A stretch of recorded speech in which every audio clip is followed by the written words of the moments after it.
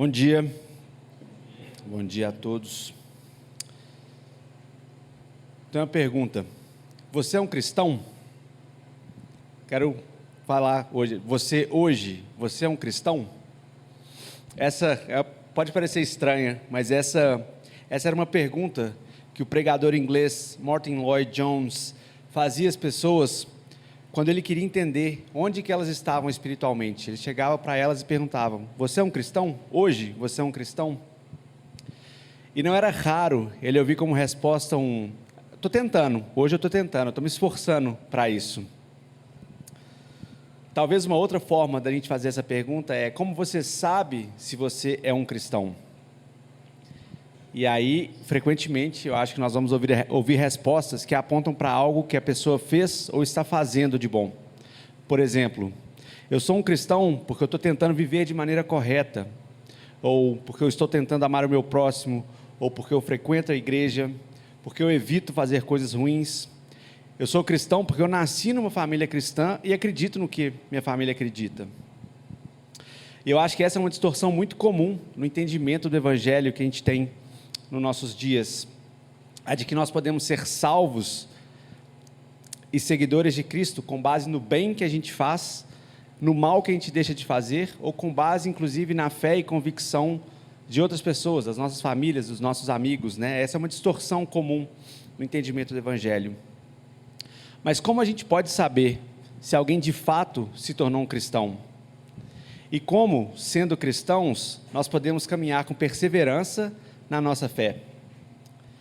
Hoje, como o Jeff falou, né, a gente vai ver um dos momentos mais significativos dentro do livro de Atos.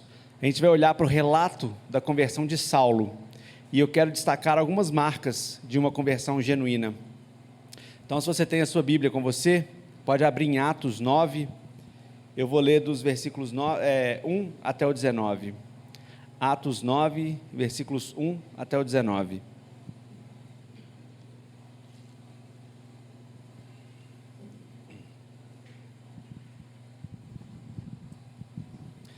Enquanto isso, Saulo ainda respirava ameaças de morte contra os discípulos do Senhor. Dirigindo-se ao sumo sacerdote, pediu-lhe cartas para as sinagogas de Damasco, de maneira que, caso encontrasse ali homens ou mulheres que pertencessem ao caminho, pudesse levá-los presos para Jerusalém. Em sua viagem, quando se aproximava de Damasco, de repente brilhou ao seu redor uma luz vinda do céu. Ele caiu por terra e ouviu uma voz que lhe dizia: Saulo, Saulo, por que você me persegue? Saulo perguntou: quem és tu, Senhor? Ele respondeu: eu sou Jesus, a quem você persegue. Levante-se e entre na cidade. Alguém dirá a você o que deve fazer. Os homens que viajavam com Saulo pararam emudecidos. Ouviam a voz, mas não viam ninguém. Saulo levantou-se do chão e, abrindo os olhos, não conseguia ver nada. E os homens o levaram pela mão até Damasco. Por 3 dias ele esteve cego, não comeu nem bebeu. Em Damasco havia um discípulo chamado Ananias. O Senhor chamou numa visão: Ananias. Eis-me aqui, Senhor, respondeu ele. O Senhor lhe disse: vá à casa de Judas, na rua chamada Direita, e pergunte por um homem de Tarso chamado Saulo. Ele está orando. Numa visão, viu um homem chamado Ananias chegar e impor-lhe as mãos para que voltasse a ver. Respondeu Ananias: Senhor, tenho ouvido muita coisa a respeito desse homem e de todo o mal que ele tem feito aos teus santos em Jerusalém. Ele chegou aqui com autorização dos chefes dos sacerdotes para prender todos os que invocam o teu nome. Mas o Senhor disse a Ananias: vá, este homem é o meu instrumento escolhido para levar o meu nome perante os gentios e seus reis, e perante o povo de Israel. Mostrarei a ele o quanto deve sofrer pelo meu nome. Então Ananias foi, entrou na casa, pôs as mãos sobre Saulo e disse: irmão Saulo, o Senhor Jesus, que apareceu no caminho por onde você vinha, enviou-me para que você volte a ver e seja cheio do Espírito Santo. Imediatamente, algo como escamas caiu do olho de Saulo, e ele passou a ver novamente. Levantando-se, foi batizado, e depois de comer, recuperou as forças. Quero orar mais uma vez. Senhor, eu oro para que eu e todos que estão aqui presentes, Pai, nós sejamos edificados com a Tua verdade. Eu oro, Pai, para que as minhas palavras sejam um testemunho sincero anunciado em teu favor, Pai. Acompanha com teu poder o que vai ser dito aqui nessa manhã e desperta a atenção dos nossos corações, em nome de Jesus, amém. Então, é uma passagem muito marcante, né? E existe hoje uma expressão comum, várias pessoas usam, principalmente no esporte, música também, mas que é GOAT, G-O-A-T do inglês, que significa The Greatest of All Times, ou melhor de todos os tempos. E se a gente fizesse uma pesquisa rápida aqui na igreja, ou mesmo, né, com várias outras igrejas, se a gente fizesse uma pergunta simples, algumas perguntas simples sobre quem é o GOAT, quem é o melhor de todos os tempos da história da igreja, além de Cristo, provavelmente a gente teria a mesma resposta para todas as perguntas. Quem é o maior teólogo de todos os tempos? Paulo. Quem é o maior missionário? Paulo. O maior evangelista? Paulo. O maior pastor? Paulo. O que Deus fez em Paulo e através de Paulo, os dons que foram dados para ele, tudo que foi feito em favor do reino, através da vida dele, ultrapassa a nossa imaginação. E como eu disse, além do próprio Cristo, que é por natureza incomparável, é seguro que a gente considere Paulo como sendo o maior exemplo cristão. Mas essa não é a primeira impressão que a gente tem de Paulo na Bíblia, né? A gente vê, Paulo escreveu a maior parte do Novo Testamento, tudo mais e tal, mas como a gente está vendo aqui, essa não é a primeira impressão de Paulo. A primeira vez que ele aparece na Bíblia, o primeiro relato, é em Atos 7:58, que a gente estudou há umas 3 semanas atrás, que fala o seguinte, aqui está falando da vida de Estevão, né? Arrastaram-no, Estevão, para fora da cidade e começaram a apedrejá-lo. As testemunhas deixaram seus mantos aos pés de um jovem chamado Saulo. Um pouco mais à frente, em Atos 8:1, falava que Saulo estava ali consentindo na morte de Estevão. E hoje, como a gente leu mais cedo, né, no versículos 1 e 2 da nossa passagem, enquanto isso, Saulo ainda respirava ameaças de morte contra os discípulos do Senhor. Dirigindo-se ao sumo sacerdote, pediu-lhe cartas para as sinagogas de Damasco, de maneira que, caso encontrassem homens ou mulheres que pertencessem ao caminho, os levassem preso para Jerusalém. Então Saulo, antes dele ser o maior de todos os tempos, o melhor exemplo, ele foi também o inimigo número 1 da igreja primitiva. Ele foi um perseguidor obstinado dos cristãos, com o coração cheio de hostilidade, de ódio, e ele tinha uma missão muito clara, que era acabar com os cristãos e com a igreja da época. Né, o texto fala, ele respirava ameaças de morte contra os discípulos do Senhor. O teólogo R.C. Sproul, ele faz um excelente trabalho traçando um perfil de Paulo, segundo a tradição e os documentos históricos da época. Eu quero destacar alguns pontos desse perfil aqui. Essas coisas a gente não vê na Bíblia, né? São em documentos paralelos e na tradição, né? Documentos históricos, mas é interessante para a gente ter uma ideia do perfil, de quem que a gente está falando. Ele foi nascido no mesmo ano de Jesus. Então, aqui nessa época, ele estava mais ou menos com 30 e poucos anos. Ele era um judeu, nascido em Tarso, né? A gente escuta várias vezes falar Saulo de Tarso. O seu nome judaico era Saulo. Embora ele fosse um judeu de nascimento, ele herdou também a cidadania romana, possivelmente por causa de serviços que o seu pai fez para o Império Romano. O pai dele era um mercador importante, prestou serviços para o Império Romano e foi conferida a ele a cidadania romana. Paulo é o nome dele em latim e era mais usado e comum entre os gentios, ou seja, aqueles que não eram judeus. Sua cidade natal, Tarso, era uma cidade muito rica, tinha a maior universidade do mundo na época. Muitos mercadores faziam negócios ali. Todo mundo e todas as informações passavam por Tarso em algum momento. Então era uma cidade com muita vida, com muita coisa acontecendo. E nessa cidade, nessa cultura e nesse contexto, era comum os jovens aprenderem algum ofício desde cedo. E Paulo, ele aprendeu a construir tendas, que era uma coisa muito lucrativa na época, e como a gente vê ao longo da história de Paulo, depois acabou sendo algo que ajudou no seu ministério. mas ele ia aprendendo a fazer tendas, rapidamente ele se destaca. E o que a história diz é que quando ele tinha 13 anos, ele saiu de Tarso e foi para Jerusalém, para fazer o que seria análogo a um seminário hoje. Então, aos 13 anos ele começou a estudar. Ele estudou e foi discípulo de um dos grandes mestres da lei, Gamaliel, que a gente já viu alguns capítulos atrás, que também estava no Sinédrio, junto com outros fariseus. Aos 21 anos, ele já tinha estudo que seria equivalente hoje a mais ou menos 2 PhDs em teologia. Ele era reconhecido por ser o judeu mais bem educado da Palestina. Ele tinha um vasto entendimento do Velho Testamento e de como interpretar o Velho Testamento. Ele era uma estrela em ascensão entre os fariseus e os mestres da lei. Esse Saulo, é aquele que foi responsável por cuidar das vestes dos assassinos de Estevão. Ele estava consentindo na morte de Estevão.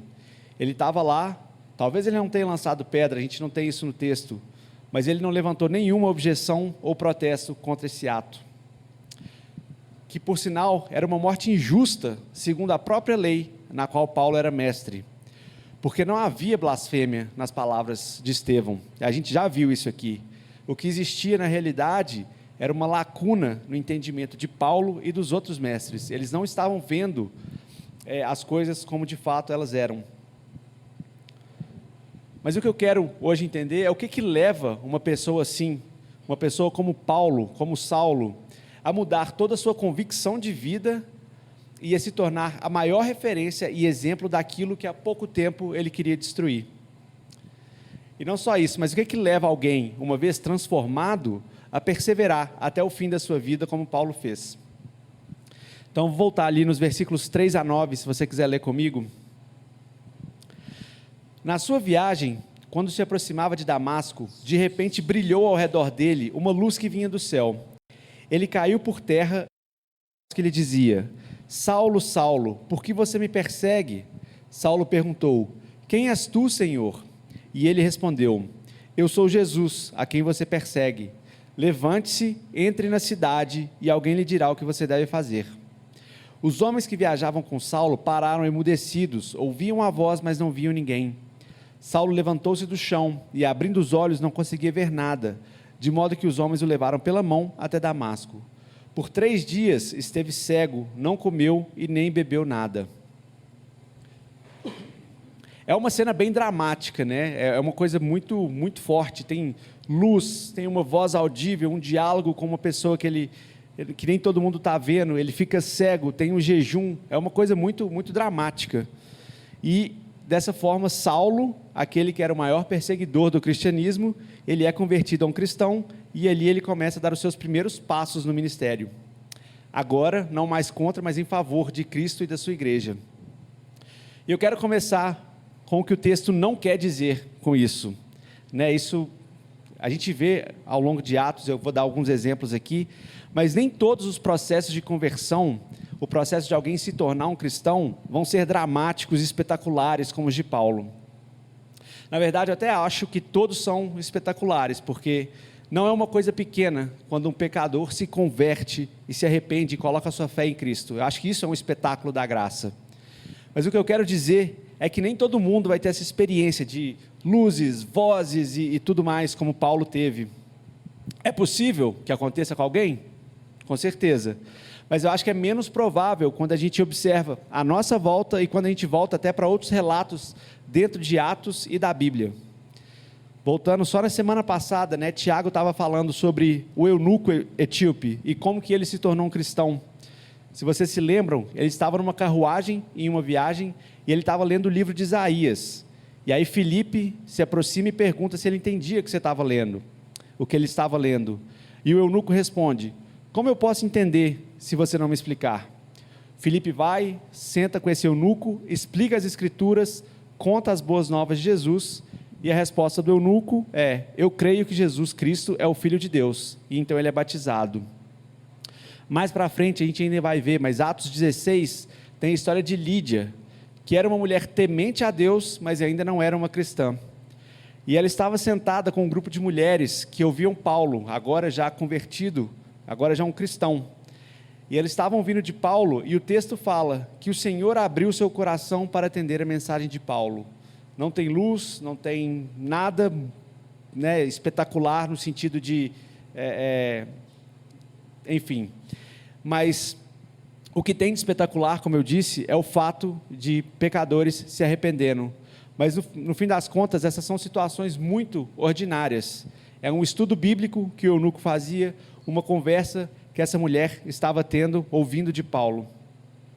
Então, o nosso texto de hoje, ele não quer dizer que para se tornar um cristão é preciso passar por uma experiência sobrenatural como a de Paulo. Mas então, se não é isso, o que é preciso para se tornar um cristão? De forma direta e objetiva, o próprio Paulo dá a resposta em uma de suas cartas, Romanos, capítulo 10, versículos 9 e 10. Fala o seguinte: se com a boca você confessar Jesus como Senhor e em seu coração crer que Deus o ressuscitou dentre os mortos, você será salvo, porque com o coração se crê para a justiça e com a boca se confessa para a salvação. Isso é Paulo em sua carta aos Romanos, capítulo 10, versículos 9 e 10. Mas como que a gente pode reconhecer isso na prática? E sobre isso, o Tim Keller, ele tem uma excelente pregação que ele destaca 3 pontos que eu quero pegar emprestado para a nossa reflexão. Como que a gente pode reconhecer isso na prática? Então, para a gente se tornar um cristão, para a gente caminhar com perseverança nessa caminhada, a gente precisa reconhecer a realidade de um Deus que é indomável, um Deus que é fora da caixa. E eu vou explicar um pouco mais sobre isso. Um segundo ponto é que existe um fato inquietante, um fato que incomoda e que a gente precisa responder a ele. E o terceiro ponto é um relacionamento radical que vem desse encontro. E onde que a gente pode ver isso no nosso texto de hoje? Qual que é a resposta quando, no versículo 4, né, Saulo cai por terra, escuta uma voz e fala: Saulo, Saulo, por que você me persegue? A resposta de Saulo é: quem és tu, Senhor? Quem és tu, Senhor? Ali, Paulo está se deparando com uma realidade que ele não conhecia, ele não podia controlar o que estava acontecendo. Era uma aparição que não encaixava dentro das suas concepções e das suas percepções de Deus. Se a gente lembrar do perfil dele, né? O judeu mais bem educado da Galileia, o maior conhecedor do Velho Testamento, com certeza ele chegava nessa estrada de Damasco com as suas preconcepções sobre quem Deus era, sobre como ele agia, e eu realmente acho que Paulo acreditava que estava cumprindo a vontade de Deus quando ele estava perseguindo a igreja e os cristãos. Paulo tinha convicções fortes no seu coração e tinha crenças profundas e enraizadas. E nós não somos muito diferentes, nós somos assim também. A gente acredita em coisas diferentes, nós somos marcados por muita coisa que já aconteceram ao longo de nossas vidas. E se não fosse isso, se fossem vidas perfeitas, o pecado que habita em nós já seria o suficiente para criar uma imagem distorcida de Deus. Mas a realidade é que um Deus capaz de quebrar as convicções e mentiras mais profundas do nosso coração, ele não pode ser um Deus que é produto dos nossos corações e desejos. Eu quero falar isso de novo porque eu acho que isso é importante. Um Deus capaz de quebrar as convicções e mentiras mais profundas do nosso coração não pode ser um Deus que é produto dos nossos corações e desejos. A maior necessidade dos nossos corações é de um Deus que não seja produto das nossas necessidades mais profundas. É preciso, portanto, que a gente encare a realidade de Deus como Ele é, e não como queremos que Ele seja. A gente acabou de cantar, né, a música, Quão Grande És Meu Deus, e depois você para e volta na letra dessa música. A gente precisa encarar Deus como Ele é, como de fato Ele é, e não como nós imaginamos ou queremos que Ele sejam. E só podemos ser convertidos, só podemos nos tornar cristãos quando estivermos lidando com Deus assim, um Deus que é quem Ele é. Mas lidar com Deus assim não é fácil, porque por não ser produto do meu coração ou dos meus desejos, Ele vai falar e ensinar coisas difíceis de entender, de lidar e de aceitar. Mas até que a gente esteja lidando com Deus assim, nós não vamos estar lidando com Deus real. Mas quando a gente encontra com Deus como Ele é, a gente deixa de importar com o que nós pensamos sobre Ele e a gente passa a se importar com o que Ele pensa sobre nós. Quando Paulo viu Jesus e a luz brilhando, ele entendeu que ele estava lidando com alguma coisa diferente. E por isso a pergunta dele: quem és tu, Senhor? Você não encaixa na minha imagem de Deus, você não encaixa no que eu espero de Deus. Isso é diferente. Então o primeiro ponto é que para nos tornarmos cristãos, para a gente caminhar nessa vida, nós precisamos ver e encarar Deus como Ele é. Um Deus indomável, que não é sujeito ao que eu penso ou ao que eu acho sobre Ele.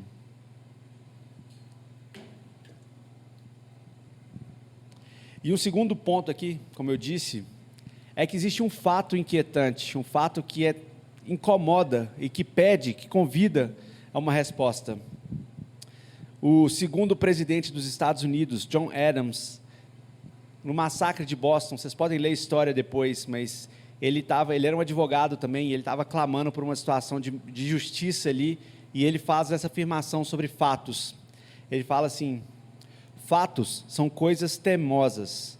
Quaisquer que sejam os seus desejos ou inclinações ou os ditames das suas paixões, eles não podem alterar o estado dos fatos e da evidência. Ou seja, um fato é um fato. E quando Paulo escuta a resposta para a pergunta dele, ele pergunta: quem és tu, Senhor? A resposta é: eu sou Jesus. Quando ele escuta isso, ele é apresentado a um fato inquietante, e ele teria que dar uma resposta a isso. Os fariseus e os mestres da lei, eles rejeitaram Jesus como Deus. Eles mataram Jesus e agora estavam perseguindo a igreja e aqueles que estavam falando sobre a ressurreição. E como a gente viu, Paulo, ele estava encabeçando essa perseguição. Mas de repente, ele é confrontado com uma aparição. Aparece na sua frente o mesmo Jesus que eles mataram, ressuscitado, aparece. E a gente vê nos versículos 7 e 8 que, pelo menos no texto aqui, não fica muito claro como que havia sido essa aparição. Mas quando a gente cruza com outras referências e outros textos, fica claro que não foi uma aparição só na mente de Paulo. Ele imaginou, ele viu alguma coisa, ele de fato, ele viu. Em Atos 22, Paulo fala que os homens que estavam com ele, embora não tenham entendido o que estava acontecendo, aqueles que estavam com ele no momento da aparição, viram a luz e ouviram a voz. Isso seria impossível de acontecer se fosse algo só na cabeça de Paulo, só no imaginário dele. E também,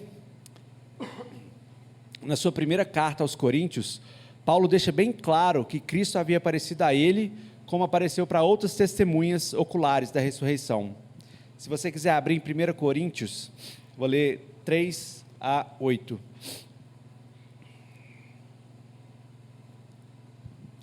Ele diz o seguinte: pois o que primeiramente transmiti a vocês foi o que também recebi. Cristo morreu pelos nossos pecados, segundo as Escrituras, foi sepultado e ressuscitou no terceiro dia, segundo as Escrituras. Apareceu a Cefas e mais tarde aos 12. Depois disso, apareceu a mais de 500 irmãos de uma só vez, a maioria dos quais ainda vive, embora alguns já tenham adormecido. Em seguida apareceu a Tiago, e então a todos os apóstolos, e finalmente, como a um que nasce fora do tempo, apareceu também a mim. O Tim Keller, ele fala o seguinte: a conversão cristã, ela não é uma resposta a uma experiência, mas é uma resposta a um resoluto, inflexível e teimoso fato histórico da ressurreição de Jesus. E essa ressurreição foi presenciada por várias pessoas, inclusive Paulo. Essas pessoas, elas estiveram com ele, ouviram dele, comeram com ele e tocaram nele. Isso é um fato, e um fato é um fato. E pode ser difícil de digerir, né? Tem muitas coisas que são difíceis de entender, e às vezes você está pensando nisso e tem muitas dúvidas. E eu imagino que Paulo também tivesse dúvidas ali. Mas uma coisa é que ele não podia negar a realidade da ressurreição e o quanto isso significava. Ele estava vendo Jesus ressurreto.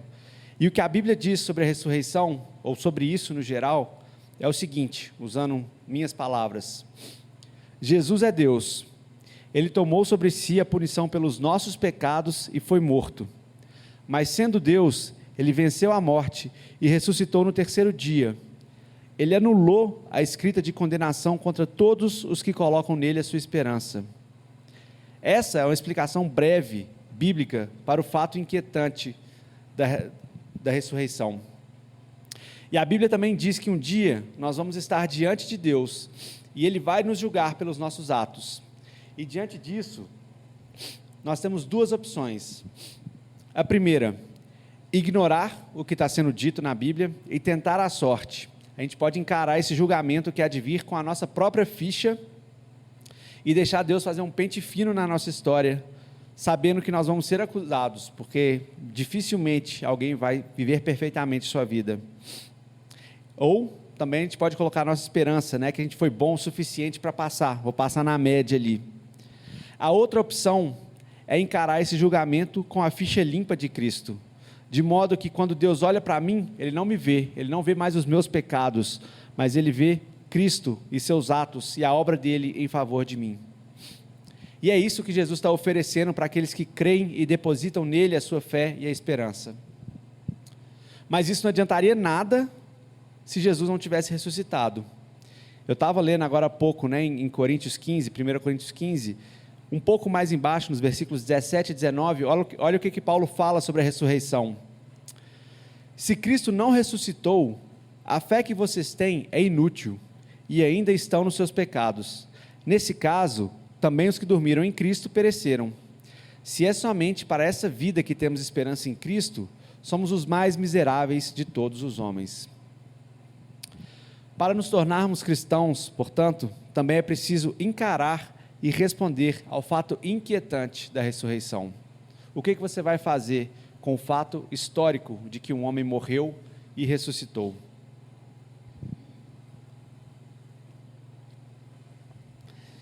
E um outro elemento que é comum a todas as conversões é a realidade de um relacionamento de muita intimidade com Jesus. Então a gente estava vendo, quem és tu, Senhor? Eu sou Jesus a quem você persegue. Na prática, como a gente vê aqui, Paulo não estava perseguindo a Cristo. Paulo acreditava que Cristo tinha morrido e não tinha ressuscitado. Estava acabado, ele estava pedindo cartas para perseguir os cristãos, ele estava perseguindo a igreja, não a Cristo. Mas quando Jesus aparece e responde a Paulo, ele não faz essa diferenciação, perseguir cristãos ou perseguir a mim. É como se ele dissesse, perseguir o meu povo é perseguir a mim. O meu relacionamento com essas pessoas, com esse povo, é tão íntimo, é de tanta união, que o que é verdade para eles é verdade para mim. O que é verdade para mim é verdade para eles.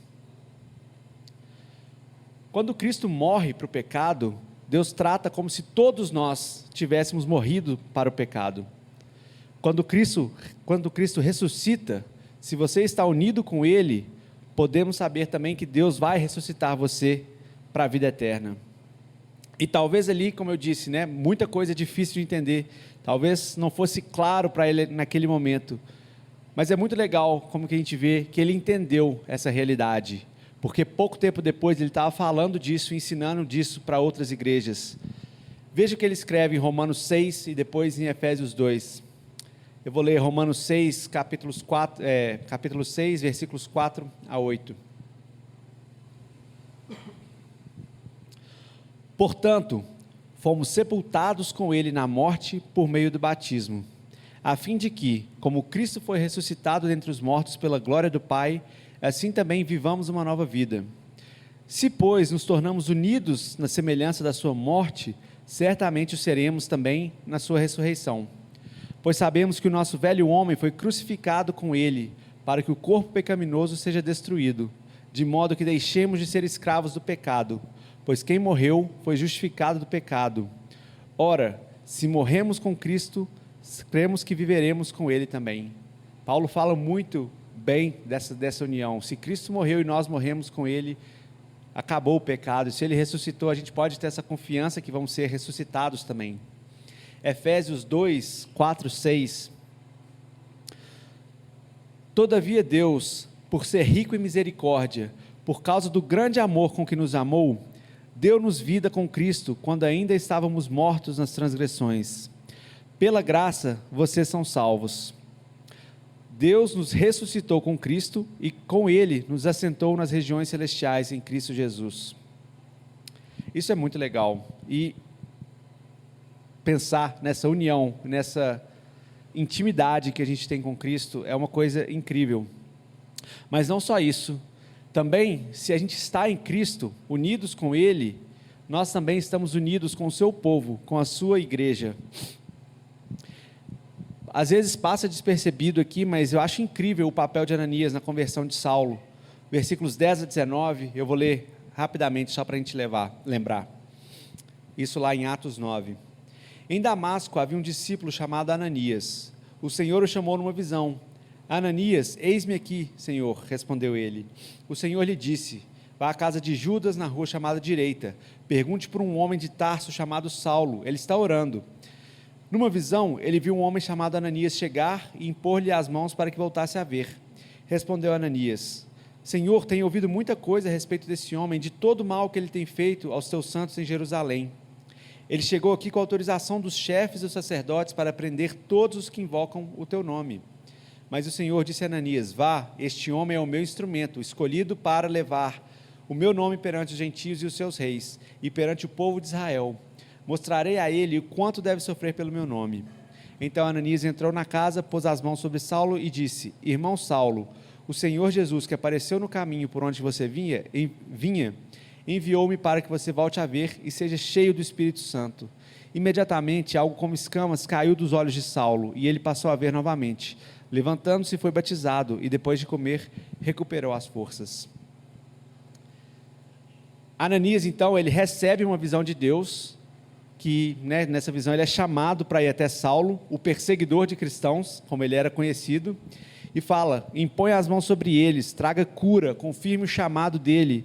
O texto não fala, mas possivelmente foi o próprio Ananias quem batizou Paulo.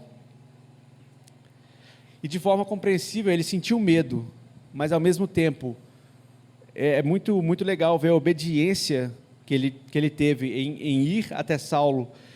E eu acho que parece uma coisa pequena, mas olha as suas palavras que ele fala. Ele estava falando agora, Deus, esse cara está perseguindo cristãos. Mas quando Saulo chega, ele fala, irmão Saulo. Isso é muito forte, porque Saulo, ele passa de perseguidor a irmão. As barreiras caem e ele faz parte da família de Cristo. E nós sabemos que nós somos cristãos se nós estamos experimentando essa união com Cristo. E se nós permanecemos em Cristo, passamos também a experimentar um relacionamento de intimidade com a igreja. E é claro, existem vários outros elementos que fazem parte do processo de uma pessoa se tornar um cristão. A minha intenção hoje não foi reduzir ou simplificar esse processo. Existem muitas coisas que a gente pode considerar sobre isso. Mas o meu intuito era de apontar, dentro da história de Saulo, elementos que são comuns e essenciais no entendimento do Evangelho. O primeiro, nós precisamos ver a Deus como Ele de fato é. Onde que a gente pode ver isso hoje? Isso é revelado nas Escrituras. Não é produto dos nossos corações, emoções ou cultura. Não é uma igreja ou outra igreja que define quem Deus é. É a palavra. Aqui a gente tem tudo o que a gente precisa saber sobre Deus. O segundo ponto que é essencial é que existe um fato histórico da ressurreição. Não se pode negar, as pessoas viram, testemunhas viram, várias pessoas viram. Nós precisamos encarar isso e responder a esse fato. Porque se Jesus é quem Ele diz que Ele é e fez o que diz que Ele fez, isso convida a uma resposta. Eu posso ignorar, mas eu posso também me render a Ele. Mas ficar sem resposta não faz sentido diante de um fato tão grande. E por último, é preciso que nós estejamos dispostos a nos unir a Cristo e a uma igreja em um relacionamento de intimidade. Ninguém se torna um cristão para viver sozinho. Ninguém se torna um cristão isolado. Você, a partir do momento que você põe a sua fé em Cristo, você se une a Ele e se une a uma igreja. O cristianismo e as boas novas do Evangelho, eles não são ensinos ou moral ou uma crença que alguém simplesmente estuda e pega e fala, isso é uma coisa que eu achei legal, eu quero para mim.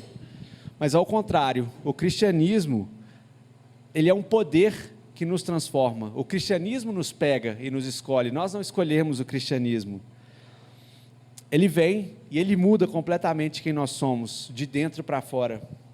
De novo, o próprio Paulo fala em Romanos 1, 16 e 17, não me envergonho do Evangelho, porque é o poder de Deus para a salvação de todo aquele que crê, primeiro do judeu, depois do grego, porque no Evangelho é revelada a justiça de Deus, uma justiça que do princípio ao fim é pela fé, como está escrito, o justo viverá pela fé. Eu não escolho o cristianismo de certa forma é quem me escolhe, o poder do Evangelho é quem me transforma.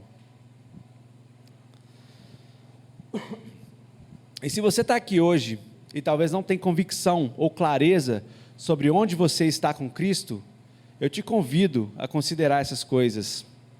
Peça a Deus para se revelar a você como Ele é de fato.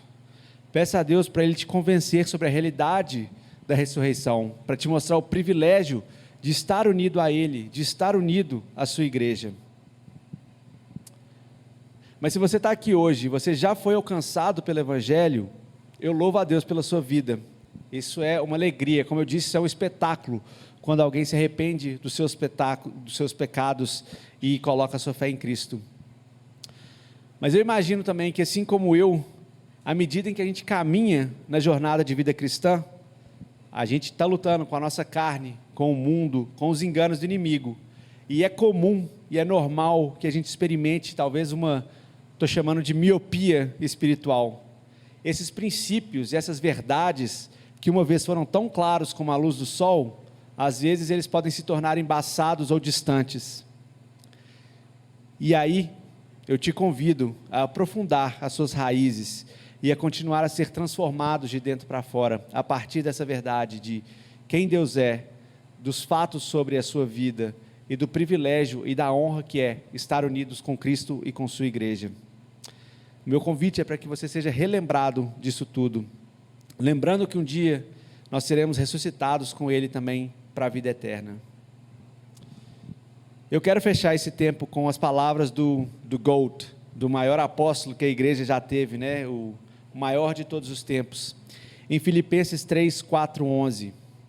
Lembra, né, do histórico dele, lembra quem ele era e pensa na transformação necessária para ele poder falar essas palavras. Filipenses 3, versículos 4 a 11. É verdade que eu também poderia confiar na carne. Se alguém pensa que pode confiar na carne, eu ainda mais. Fui circuncidado no 8º dia, sou da linhagem de Israel, da tribo de Benjamim, hebreu de hebreus. Quanto à lei, eu era fariseu. Quanto ao zelo, perseguidor da igreja. Quanto à justiça que há na lei, irrepreensível. Mas o que para mim era lucro, isto considerei como perda por causa de Cristo. Na verdade, considero tudo como perda por causa da sublimidade do conhecimento de Cristo Jesus, meu Senhor.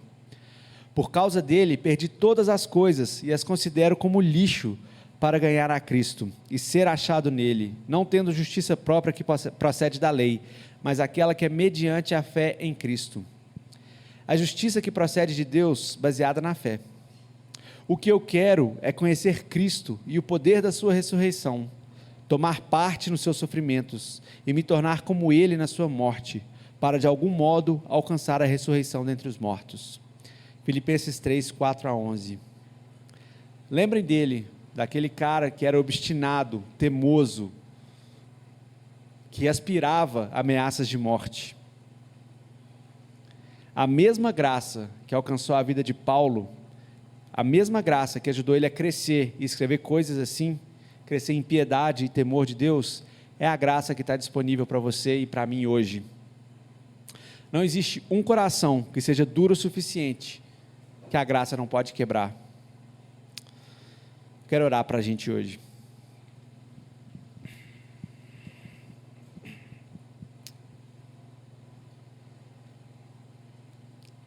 Senhor,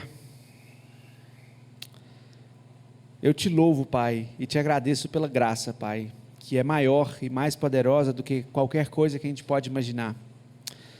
A tua graça e o teu amor, Pai, são capazes de converter, Pai, até o mais duro dos corações ao Senhor, Pai. A tua graça e o teu amor são capazes de levar um cristão, Pai, para uma experiência mais profunda e mais intimidade com o Senhor, Pai. Então eu oro para que hoje o Senhor lembre, Pai, a tua igreja de quem o Senhor é, Pai. Lembre que o Senhor é Deus e nós não somos, Pai. Que o Senhor é Deus e não pode ser controlado pelo que a gente pensa, ou sente, ou acha, Pai. Nos lembra, Pai, da realidade da sua ressurreição, Pai. Nos lembra que um dia nós também vamos ser ressuscitados com o Senhor, com Cristo, experimentando novos céus e novas terras, Pai. E eu oro também para que o Senhor nos lembre, Pai, do privilégio de estarmos unidos e reunidos aqui, como o teu povo, como a tua igreja, Pai, celebrando, louvando, adorando aquilo que o Senhor já fez em nossas vidas. Nós te agradecemos e oramos e pedimos tudo isso em nome de Jesus. Amém.